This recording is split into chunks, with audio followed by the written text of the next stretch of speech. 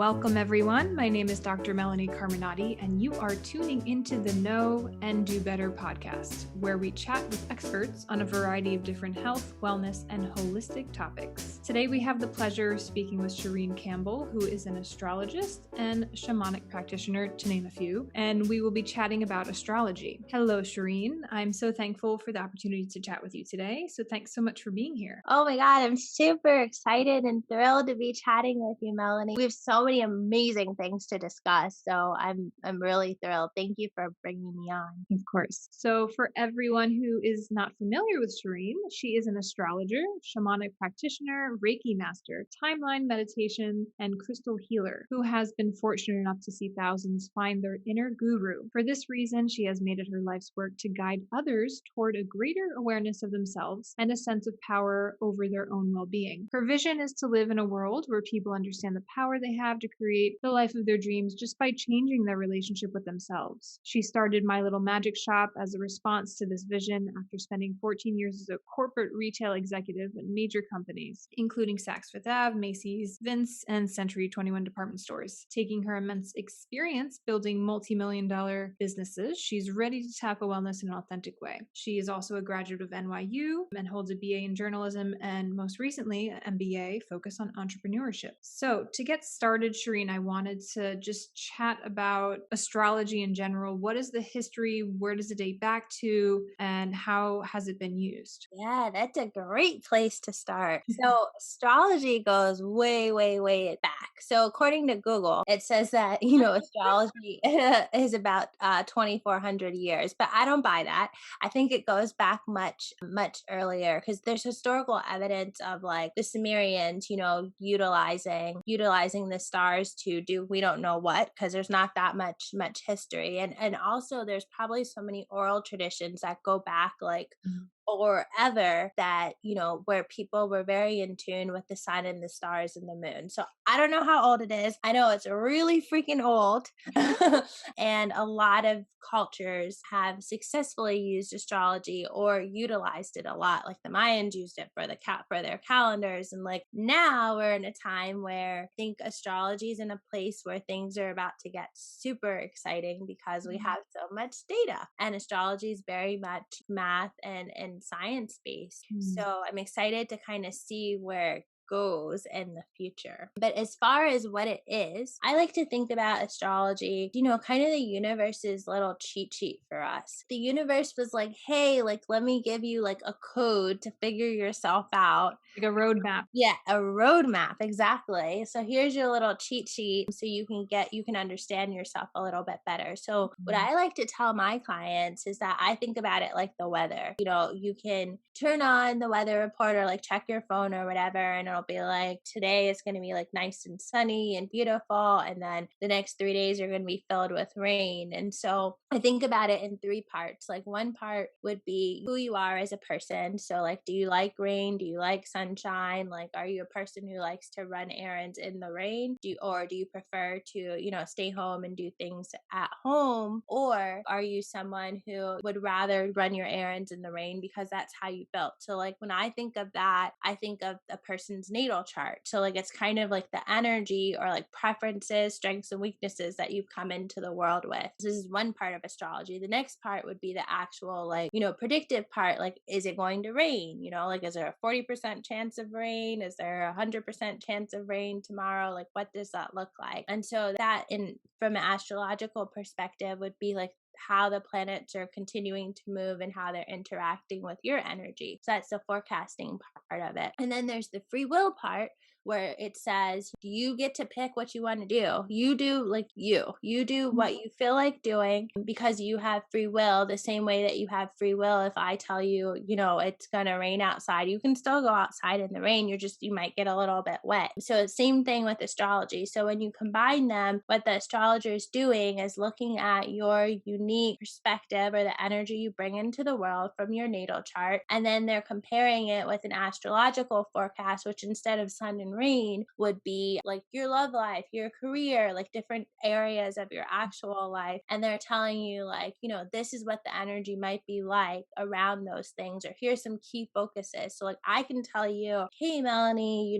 I looked at your chart and, I see there's a lot of emphasis on, career building right now. And you could be like, I want to chase boys. So, like, I don't know if this, is accurate for you, but you could totally be like, I want to chase boys. Like, I don't care what you say. Like, I want to get married right this second. I don't even know if you're married or not, but I'm just making this up. And I could be like, well, like, I see that there's prime time for that about 2 years from now. But right now is like a really wonderful and opportunistic time for you career wise. So you get to choose how you want to use that energy. Like, do you want to use that energy to like kind of roll with the universe, or do you want to use it to kind of go against what the universe has in store for you? Or do you want to be in flow with the universe? Do you want to say, okay, like, you know what? I trust that there's some sort of higher plan for me. So what I'm going to do is be really focused on my career, be really open-minded to any opportunities, and I'm just going to stick to that.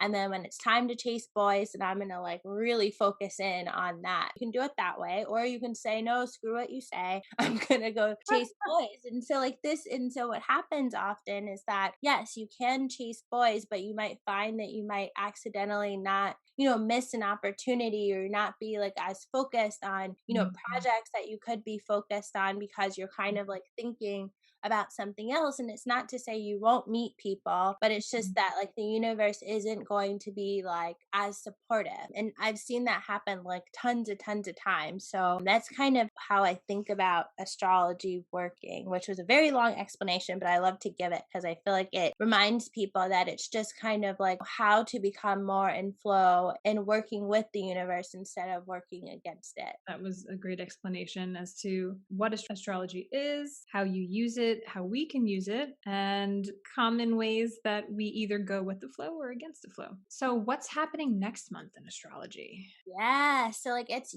so interesting. We're getting ready to go into May. So for the last few weeks and most of April for the most part, and then a portion of March, we had this beautiful time period, approximately 6 weeks, when all the planets were going direct. And so this is a very special time period because it doesn't happen super often. And so this means that we're kind of getting the go ahead to just push forward and manifest the crap out of all the things that we need. So like for those of you guys that are listening, and if it's for April 27th, while you're listening to this, I want you to definitely remember, like, this is when you give it your all. Because what happens is that with all the planets going forward, they're all supporting you to push forward. They're like, okay, accomplish that. We're opening all the doors. And if you get really focused and you set your intentions and you really get, and you're in tune with your chart, you can really make some amazing things happen. And so what happens is that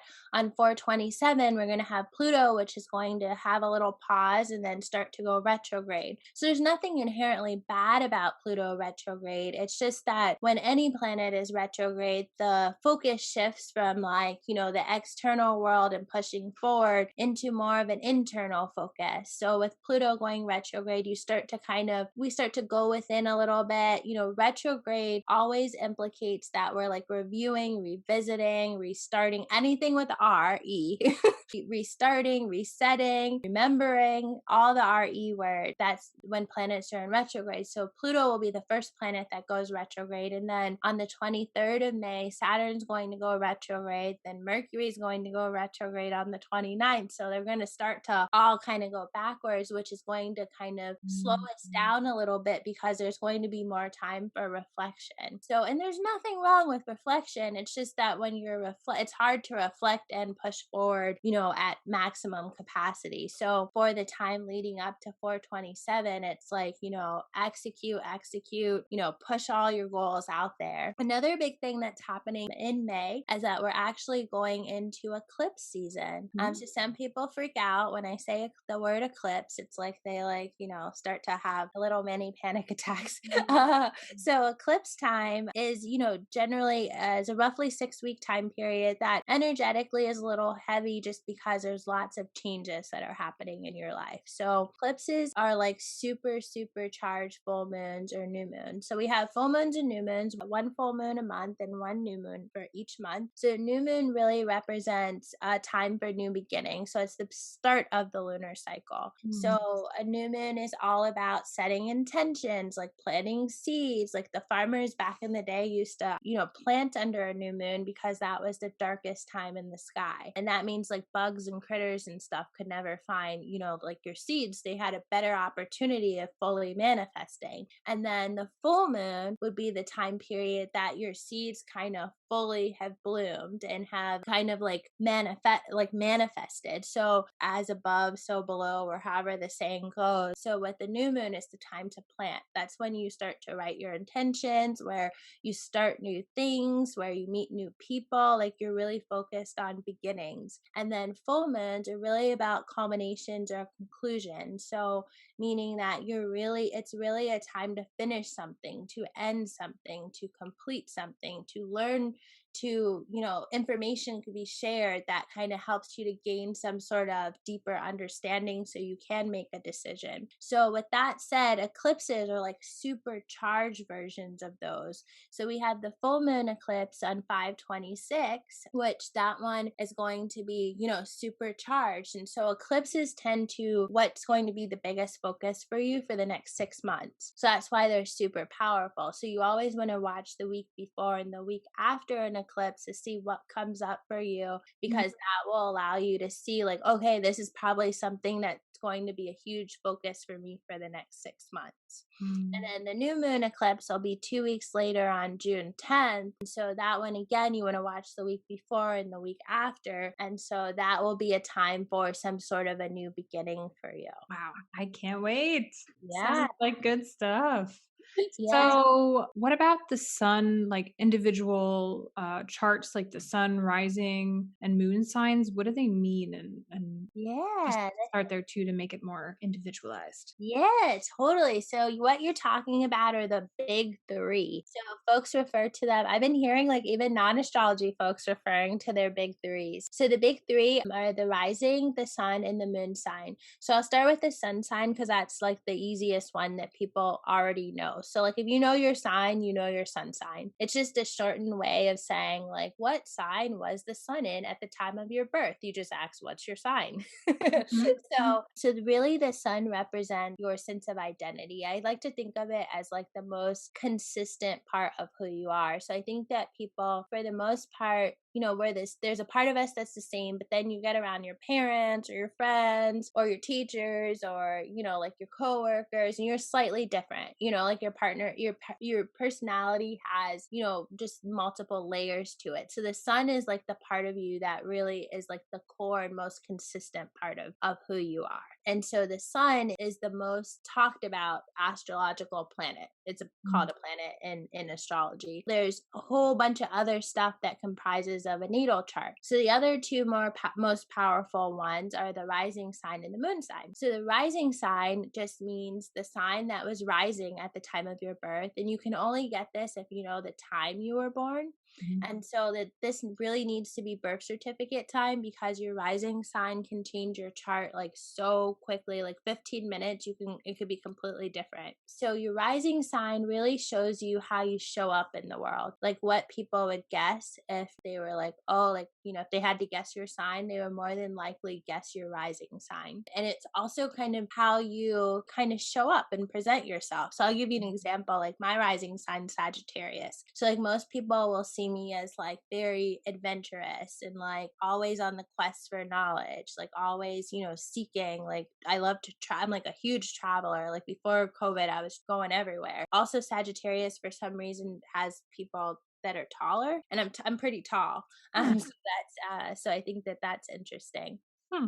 But also a really fun trick about your rising sign or your ascendant, so it's called either your rising or ascendant, is that this is a great for people who read like monthly or weekly or daily horoscopes. Being able to read for your rising sign could give you much better accuracy. So I Mm. always suggest that you read for both your sun and your rising. And then the third and final one, your moon sign really represents how you emote. So how you self nurture, how you care for yourself, what your emotional makeup is. So the moon sign is all about like how you process emotions. So like I have moon in Leo. So like for me, it's really important for me to shine. I need to shine a little bit. But also like when it comes to my feelings, like Leo is a fire sign. So my emotions come quick and they go quick. So if Mm. you have something like a water sign, a moon in in the water sign, like you're very emotional. You feel all the things. Like I have a friend who our charts are pretty different and she has a lot of water in her chart. And I think her moon is in a water sign. And she's like, I feel everything all the time. And I'm just like, Mm. so weird, not me. The moon sign really represents how you process and experience emotions, how sensitive you are to the emotions of others, and then also it gives you clues as to how you can care for yourself. So that's a great lead into what I was going to ask next is how can we take this knowledge and information and how does it influence our daily lives and how can it help us? Yeah, for sure. Astrology is a super complex science. Like there's lots of there's lots of things you can do. Like you can of course study your whole chart and then look at it every 5 seconds. And I will tell you, I've been studying astrology since like 2007. I definitely do not look at my chart that much. Because otherwise I will like drive myself insane. What I highly suggest for people is to follow the new moons and the full moons. So these only happen twice a month. And if I feel like if you can pay attention and become really diligent about self-care activities around these very two special days each month, like that doesn't require too much time, but can really teach you to get in flow with the universe. So again, the new moon is about setting intentions. So you find like you can Google, like there's so many like lists of all the new moons throughout the year. Like I have a calendar app directly into my phone so I can see like when things are coming up. When you identify the new moon, you know that every new moon I write down 3 intentions for the upcoming month. And I'm going to really focus in on those intentions for this month. And they don't have to be like anything crazy. You don't need to take over the world with your intentions. They could be something as simple as I'm going to be more joyful, or Mhm. I'm going to make sure every week I laugh really hard, or like, or they could be if you're highly ambitious, they could also be highly ambitious, but it's about conditioning yourself to take a pause on a new moon to really sit and set your goals and be at one with your goals. And then what you'll notice is you'll start to see the universe kind of conspiring to help you get there. And then the second thing would be the full moon. So 2 weeks after a new moon is a full moon. And Mhm. so full moons are really fantastic for cleansing of your space, cleansing, releasing. So two simple things you can do on a full moon. So one of them is you can simply write down anything you want to release and then dispose of the paper, like burn it. Like, so a lot of people will burn it and then they'll take the ashes out into nature. But if that's like too witchy for you, that's totally fine. But you can just write down some things that you want to release and then rip it up and put it in the trash or in the toilet or whatever you want to do with it. But it's just about really acknowledging that you want to release and let go of certain habits or beliefs or situations or relationships or circumstances that are no longer in alignment with your highest purpose. And then the second thing that I think is really powerful for a full moon is to either smudge your house. So you can use sage or lavender or Palo Santo or like whatever you use to kind of let go of icky energy or push out icky energy could do during a full moon. And I think that those two alone will be massively like game changing for anyone. So I want to talk about love. Oh. So does a true astrological best match exist? And should we consider all of the potential matches big three or just the sun? So Oh, does everyone come to you with this question? I like kind of like love and hate this question at the same Ah, time. Like okay. I feel like I have such like a like I you know Explain. there's tons of articles like I've personally written tons of articles about astrological matches, right? So the thing is that it's an overly simplistic view of matching if you just do it based off of the sun sign. And it's still overly simplistic if you do it based off of just sun moon rising. And Mm. that is because, people are very complex. Mhm, Like mhm, we are some very, very complex folks. So like to truly understand, how or whether two people complement each other, I think it really needs to be looking at two charts together and all the things and how they interact. So for instance, like Saturn is a really important planet when it comes to love, because if I see, one person's Saturn harmoniously interacting with the other person's Venus or their Mars, then that makes me feel like there's stability in the relationship, and the relationship feels like it could be something that two people are in it for the long term because they have that type of connection. But if mm, I see something like, Uranus and on one person's Venus, then I'd be like, oh, so like one person's gonna experience the other person is kind of nuts. Like mm, so there's, and I think that the outer planets are incredibly, incredibly important when you're looking for a long term, lasting, loving, stable relationship. But, like if if it's like someone that, you're going on a first or second date with, then I think it's totally fine to use the sun signs. Like of course there are going to be some sun signs that are naturally harmonious with each other. So all the earth signs go nicely with water signs, earth signs go nicely with other earth signs, water signs go nicely with earth, vice versa.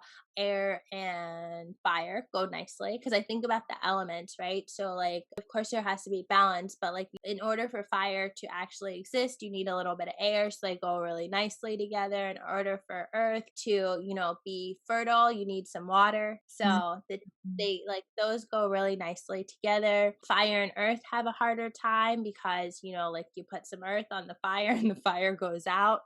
mm. And Fire and water. yeah, and then water, yeah, fire and water is a little bit tricky because the opposite could happen. So like fire will heat water up so much that it'll evaporate it and turn it into air. So it'll transform it. So depends on how you feel about that one. And then water and air are interesting too because like that's like sounds like a hurricane. Mm, But I think that if just meeting someone or dating someone, and like the sun signs are pretty compatible, I think that's a wonderful start. I definitely think that it's a little bit, if you're looking for information about true long-term potential, definitely the whole chart needs to be covered. And the last thing I will say is the north node. That's a really, so for those of y'all that are out there googling like stuff, I would definitely start with the north node. That's like a huge love indicator. So North Node? I've never heard of this. yeah, so the North Node is it's not a planet, it's like a point. I don't know, it's like a point, I guess they describe it. And it really is a huge indicator as to what we've come to the planet to do. So it's really about our mission in this particular lifetime. So when you have your North Node connecting with any of your partner's planets, that's indicating that they probably have come to be with you along this long-term journey. Mm, So that's like a really, really important thing that I look for when I'm looking at clients' charts, to see like, oh, is this something that's really serious? I look at Saturn and the North Node for like long-term potential, and then I look at Uranus and Neptune for potentially like trouble. So I wish I had a simple answer. Just like think about it this way. People are very, very complicated. Mm. So that means that like if you fell in love with someone who say like you are a Taurus and like they are an Aquarius or something, it doesn't mean that you're incompatible, even though, a lot of people will say so, because if you have other planets that complement each other, it will make up for potentially like places where you don't initially see eye to eye. So Gotcha. uh, So what does a typical session look like for you for astrology? And then how do you infuse Reiki and some of the other practices that you use? Yeah, sure. So I have a session that I kind of just like, because I study so many modalities that I think are so beautiful, and I really love to Mhm. just like when I'm working with a client, just like tap into my intuition and access all the ones I can or feel called to. So I have a session called a magical healing session. I traditionally put together so I use astrology, Reiki, crystal healing, some shamanic journeying, and sometimes I will pull cards, and then I'll do like a chakra rebalancing situation. So normally how it starts is that, I look at the client's chart. I will talk with them for a little bit about the chart. So like that, this is not like an all intensive, like if you did a full astrology reading with me, this is very much like a check in, like looking at, your current energy and looking at what, the energy that's, coming in right now and like what you're really focused on. I definitely look at where Saturn is to see kind of where you're feeling the most pressure in your life, Mhm. because Saturn tells you that. Like you can very easily see like, okay, like this person's having a hard time with money right now, or they're having a hard time with career or their relationships, or, Mhm. are challenged or what have you. So I'll look to see, what's happening in their chart, and then I'll chat with them for a little bit to kind of understand what they want to get out of the healing. And then from there, first thing I'll do is, of course, like call in their ancestors, call in my ancestors, and just kind of settle myself. And then I'll go through a chakra assessment. So, like, kind of checking out what chakras are, open and fully functioning, like which ones are struggling a little bit. And then I will start by using crystals and some shamanic practices to bring those chakras that are out of whack back into balance. Sometimes I will put them through a journey if I'm having trouble, like unlocking one of the chakras. So I will put them through a journey, which is more or less a guided meditation where we will, connect with your higher self. And then potentially we will go to areas in your life that needed healing or connect with your ancestors, whatever it is. We'll go through a shamanic journey to help kind of release some of that energy that's stagnant. And then sometimes I will journey for you if I feel called to do so. And then I will do some Reiki, and then I will kind of seal the healing, like make sure all the chakras are fully balanced. And then after that, we'll sit and we'll talk for a little bit. I'll tell you, like what I felt. We'll talk about what you felt. At the end, I just asked to pull a card to see if there was anything that, the universe wanted to communicate with us, or we needed to know about whatever we just kind of work through. And then I will tell you to drink lots of water. And if, like you feel like the next couple of days that you're moved with emotions, just allow it to kind of, flow through you, because you still will be releasing stuff for a few days. And that's it. And that's how my sessions go. Wonderful. So, are these happening virtually and in person? Are you doing both or? Yeah, so I've been like, I've been one of those people that, you know, I'm pretty introverted. So I'm like, not that I've been taking advantage of like not being out and about with people, but I've been really appreciative to do a lot of things remotely. Yeah, yeah, it's still very powerful, right?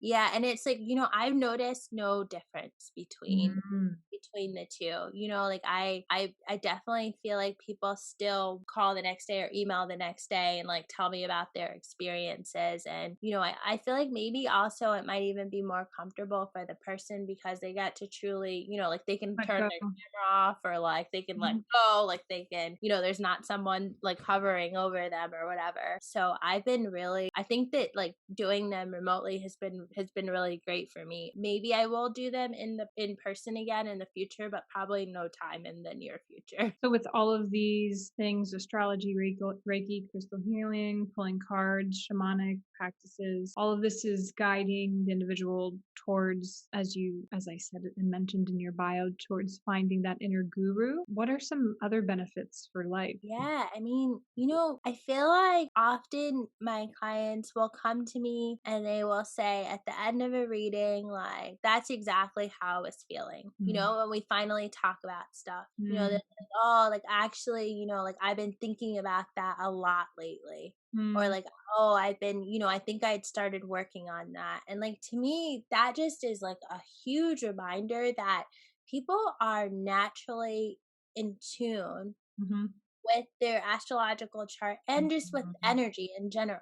Like most people like know like deep down inside, what's missing. They know what they want, they know what they need. It's just like a lot of times like society or like the internet or the Instagram or whatever is telling us like all of these other things, and we feel like we need to do all of these other things. And when like the little voice inside of us is like, no, I don't want to do that. But, like we shut it down, and um, I think that if we can figure out more ways to get in touch with that little voice inside and like allow it to become louder and allow it to truly guide us, that's kind of the key to unlocking like all of your power. And so like with my sessions, like I definitely try to, this where the guided meditation part comes from. Like very often, I'm like, talk with your higher self. What is your higher self telling you to do? And like I have yet, like, and I lead Friday night meditation circles too. So I'm like talking to all these people. I've never heard anyone's higher self tell them to go do anything crazy, or like I've never heard someone's higher self be like, like you're a stupid idiot or like, say something really mm, crazy. Like people's higher selves are so wise. Like, so when they like go into that place of pause and calm and into like even a slightly meditative state and they're reflecting, like that little voice inside of them is always like right and wonderful and loving and caring. And so for some reason we still don't trust it, as a collective. So I think being able to make time, however that is, you do it, but make time to listen to that inner voice. So you can do that through, like writings, like journaling's a great way, meditation's a really great way. Anything that requires you to like stop and like go with it will allow you to get closer to, that inner voice within. And then I think there's so many other tools you can use to kind of amplify it. So whether that's crystals, or astrology or cards or like pendulums, like whatever it is, like there's so many ways to kind of amplify and get you more used to that, listening to that voice. But I feel like at the end of the day, like that's kind of what we're here for. amazing. So all of this is really truly for emotional and spiritual wellness to strengthen that intuitive power. Awesome. Well, Shereen, this has been great. Any final words? Any final bits of information or anything you want to say? No, but I just hope you guys out there, anyone that's listening, I just want to remind you that, like you are more powerful than you can even imagine. Like you have something really special and magical to contribute to this world and to give to this world. So please spend some time going within so you can get in alignment and you can step into that power, because look around, the world needs you now. The world needs you to shine. The world needs you to be your best and most amazing self, like whatever that talent is, whatever that special thing it is, even if you don't even think it's special. I just want you to really try to connect with yourself so that you can understand the true depth of your power and your beauty. Beautiful. Well, thank you, Shereen. Thank you. And thank you, everyone, for tuning in to the Know and Do Better podcast. If you've enjoyed this podcast, be sure to like and follow us wherever you find your podcasts. You can also follow my business, Inspira Physical Therapy and Pilates, on Instagram and at inspiraphysicaltherapy.com. Be sure to stay tuned for our next episode. And thank you again, Shereen. Thank you. Have a wonderful month, guys. Bye.